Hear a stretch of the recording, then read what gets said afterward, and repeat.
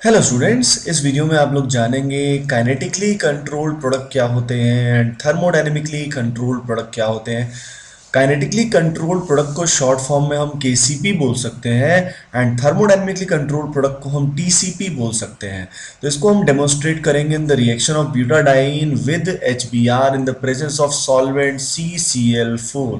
So guys, let us start studying with smile on your face. So guys, सबसे पहले हम जानेंगे KCP TCP के बारे में। तो देखिए स्टूडेंट्स, ये जो हमारा रिएक्टेंट है, ये रिएक्टेंट होता है butadiene. The reactant is butadiene.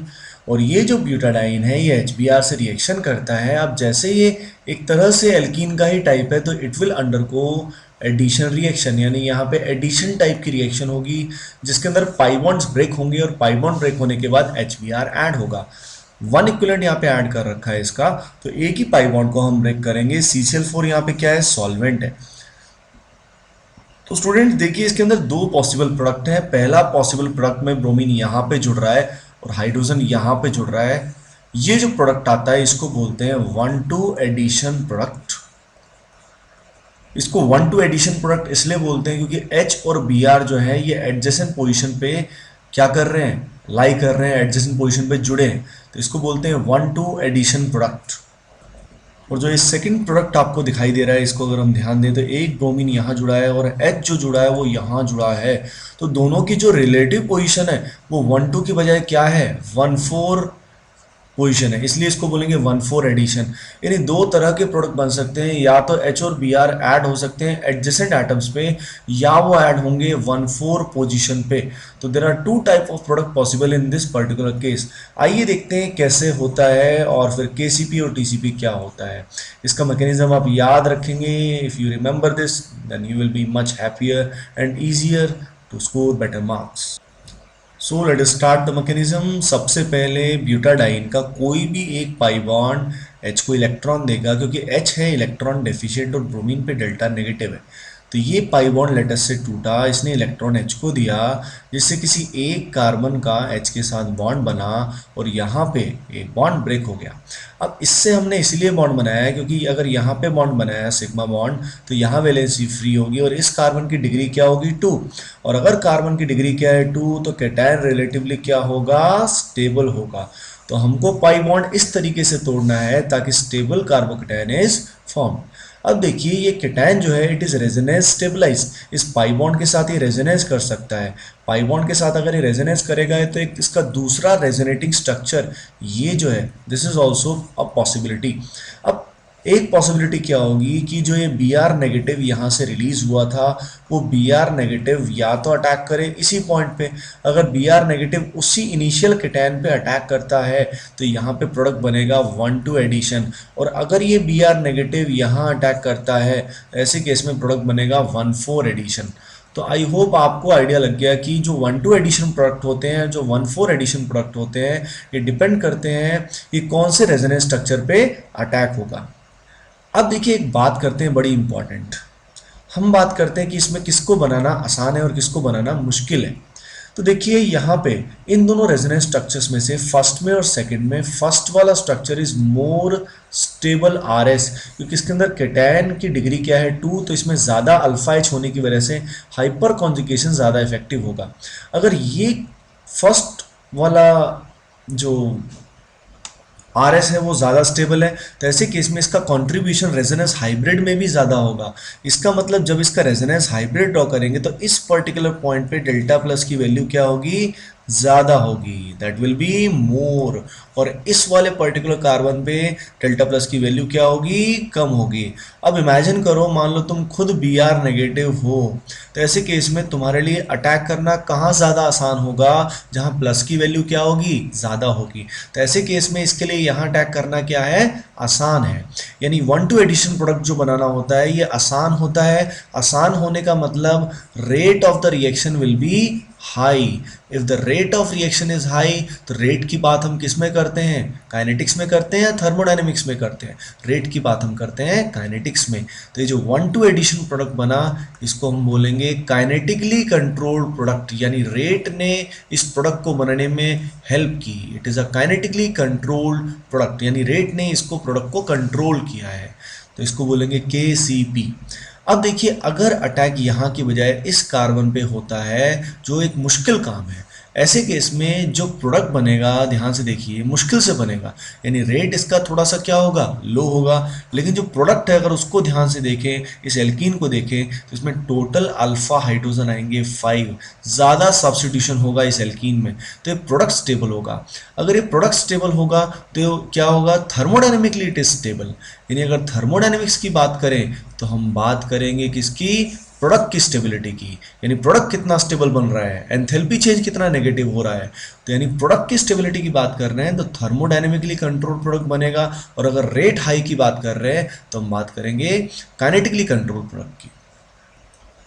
अब अगला सवाल ये आता है कि किन कंडीशंस में हम किसको मेजर दिखाएं, हम काइनेटिकली कंट्रोल को मेजर दिखाएं या थर्मोडायनेमिक को मेजर दिखाएं। तो देखिए ये सब डिपेंड करेगा टेम्परेचर पे, ये सब डिपेंड करेगा टेम्परेचर पे।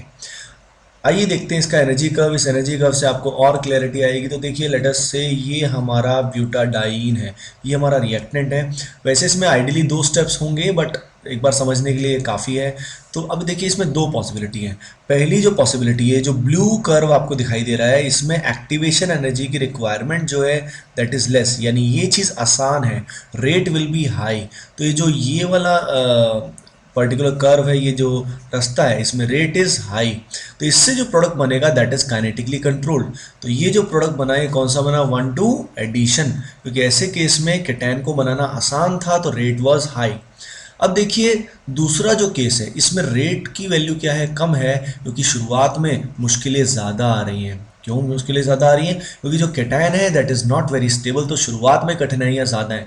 लेकिन बाद में जो एल्कीन इसमें 1,4 एडिशन में बन रहा है, उस एल्कीन में अगर देखा जाए तो स्टेबिलिटी प्रोडक्ट की क्या है, ज़्यादा है, क्योंकि इसमें सब्स्टिट्यूशन ज़्यादा है। तो ये ए जो है इसका एनर्जी लेवल बी के रिस्पेक्ट में क्या होगा, लेस। यानी रेट तो पहले वाले में ज़्यादा है, ब्लू वाले केस में ज़्यादा है, पर पिंक वाले केस में प्रोडक्ट की स्टेबिलिटी ज़्यादा है। तो प्रोडक्ट की स्टेबिलिटी ज़्यादा है तो उसको बोलेंगे थर्मोडायनेमिकली कंट्रोल्ड। और अगर रेट की बात कर रहे हो दैट इज़ काइनेटिकली कंट्रोल्ड। अब सवाल ये है, मान लो टेम्परेचर लो है, लेट अस से टेम्परेचर इज लो, तो ऐसे केस में कौन सा पाथवे ज़्यादा फिजिबल है। लो टेम्परेचर का मतलब होता है -25 डिग्री सेंटीग्रेड, -75 डिग्री सेंटीग्रेड। तो अगर टेम्परेचर लो है तो ऐसे केस में ये जो पहला रास्ता है, ब्लू वाला रास्ता है, ये आसान होगा, ये करना ज़्यादा फिजिबल रहेगा, क्योंकि लो टेम्परेचर पे हमारे पास सिस्टम में जो एनर्जी अवेलेबल होगी वो क्या होगी, कम होगी। हमारे पास एनर्जी क्या है, कम है। एनर्जी हमारे पास अगर कम अवेलेबल है तो ये ब्लू वाला रास्ता ही अपना पाएंगे। और अगर मान लो टेम्परेचर हाई है या नॉर्मल टेम्परेचर भी है, लेट अस से 35 डिग्री सेंटीग्रेड टेम्परेचर है, तो हमारे पास सफिशिएंट एनर्जी ऑलरेडी अवेलेबल है ये पिंक पाथवे को अपनाने के लिए। तो अगर हमारे पास एनर्जी अवेलेबल है ही तो हम फाइनली वो रास्ता चुनेंगे जिसमें प्रोडक्ट क्या बनेगा, स्टेबल बनेगा। यानी when the temperature is normal room temperature और इट इज़ हाई, ऐसे केस में हमारे पास एनर्जी हाई होगी और हम क्या बनाएंगे, थर्मोडायनेमिकली कंट्रोल प्रोडक्ट बनाएंगे, यानी स्टेबल प्रोडक्ट बनाएंगे। तो थर्मोडायनेमिकली कंट्रोल का मतलब क्या है, स्टेबल प्रोडक्ट। और लो टेम्परेचर पे कौन सा बनाएंगे, kinetically controlled which has a stable intermediate. तो स्टूडेंट्स इस बात का ध्यान रखिए, स्टेबल इंटरमीडिएट अगर है तो उससे हम बना रहे हैं काइनेटिकली कंट्रोल्ड, और स्टेबल प्रोडक्ट है तो उससे हम बना रहे हैं थर्मोडायनेमिकली कंट्रोल्ड प्रोडक्ट। अगर कुछ भी मेंशन नहीं है कि थर्मोडायनेमिक बनाओ या काइनेटिक, तो आप हमेशा थर्मोडायनेमिक बनाएंगे, इस बात का आप ध्यान रखिए। आइए अब देखते हैं आईआईटी में आया हुआ रिसेंटली एक क्वेश्चन, बहुत ही अच्छा क्वेश्चन है ये। इस क्वेश्चन में इस तरह से एक डाइन लिया हुआ और यहाँ एक सब्स्टिट्यूएंट ले लिया मिथाइल। इसमें अगर HBr का 1 इक्विवेलेंट डालते हैं तो क्या बनेगा, ये अपने को देखना है। तो देखिए सबसे पहले अपने को इसमें सोचना है कि कौन सा पाई बॉन्ड हमें ब्रेक करना चाहिए। तो हम ब्रेक करेंगे इस पर्टिकुलर पाई बॉन्ड को, ये HBr है, और इस पर्टिकुलर पाई बॉन्ड को हम ब्रेक करेंगे क्योंकि इससे इस पॉइंट पे केटायन बनेगा और ये केटायन सबसे स्टेबल है। यानी सबसे पहले पाई बॉन्ड को आप ऐसे ब्रेक करेंगे जिससे केटायन क्या बने, स्टेबल बने। अब यहाँ पे कुछ भी मेंशन नहीं है कि टेम्परेचर हाई है, लो है, क्या है, तो अपन रूम टेम्परेचर मान के कौन सा प्रोडक्ट बनाएंगे, TCP, थर्मोडायनेमिकली कंट्रोल प्रोडक्ट, यानी जिसमें एल्कीन क्या होगा, स्टेबल होगा। अब देखिए इस केटायन के 2 रेजोनेटिंग स्ट्रक्चर पॉसिबल है, एक तो जो मैंने दिखाया हुआ है और एक ये दूसरा रेजोनेटिंग स्ट्रक्चर है। इससे दो पॉसिबल प्रोडक्ट आएंगे। पहला प्रोडक्ट वो होगा जिसमें बी आर नेगेटिव यहाँ अटैक करेगा, और दूसरा वाला प्रोडक्ट ये होगा जिसमें बी आर नेगेटिव यहाँ अटैक करेगा। तो देखिए स्टूडेंट्स, पहले केस में जो प्रोडक्ट हमने बनाया वो कुछ ऐसा हुआ, और जो दूसरे केस में हमने प्रोडक्ट बनाया वो कुछ ऐसा हुआ। आप खुद ही बताइए, दोनों केसेस में ये जो पहले वाला कैटायन है इस पे हमला करना आसान है क्योंकि इसकी स्टेबिलिटी ज़्यादा है, तो इसका कंट्रीब्यूशन रेजोनेंस हाइब्रिड में क्या होगा, ज़्यादा होगा। तो एक ये प्रोडक्ट जो बना ये बना केसीपी, और यहाँ पे देखिए दूसरे केस में एल्कीन जो है उस पर अल्फा एच क्या है, ज़्यादा है, हाइपर कॉन्जुगेशन ज़्यादा है, तो it is a stable alkene. यानी ये जो प्रोडक्ट है ये क्या है, टीसीपी। तो हमारा मेजर प्रोडक्ट जो आंसर आएगा that will be this one, not this one. ये भी बनेगा, ये माइनर में होगा, हमसे मेजर पूछा जाएगा तो हम कौन सा बताएंगे, TCP. So guys, I hope you like the video, you have seen, you have understood कि केसीपी टीसीपी क्या होते हैं। दो तरह के प्रोडक्ट बन सकते हैं, 1-2 एडिशन, 1-4 एडिशन। इसमें एक को बनाना आसान है, एक को बनाना मुश्किल है, लेकिन एक में इंटरमीडिएट स्टेबल है और एक में प्रोडक्ट स्टेबल है। जिसमें इंटरमीडिएट स्टेबल है उसको बोलते हैं केसीपी, और जिसमें प्रोडक्ट स्टेबल है उसको बोलते हैं टीसीपी। फिर हमने एनर्जी कर्व से देखा कि कौन सा रास्ता मुश्किल है, कौन सा रास्ता आसान है, कौन सा लो टेम्परेचर पे होता है, कौन सा हाई टेम्परेचर पे होता है। फिर हमने एक IIT का रीसेंट क्वेश्चन किया। So guys, please share and subscribe as much as you can. Thank you.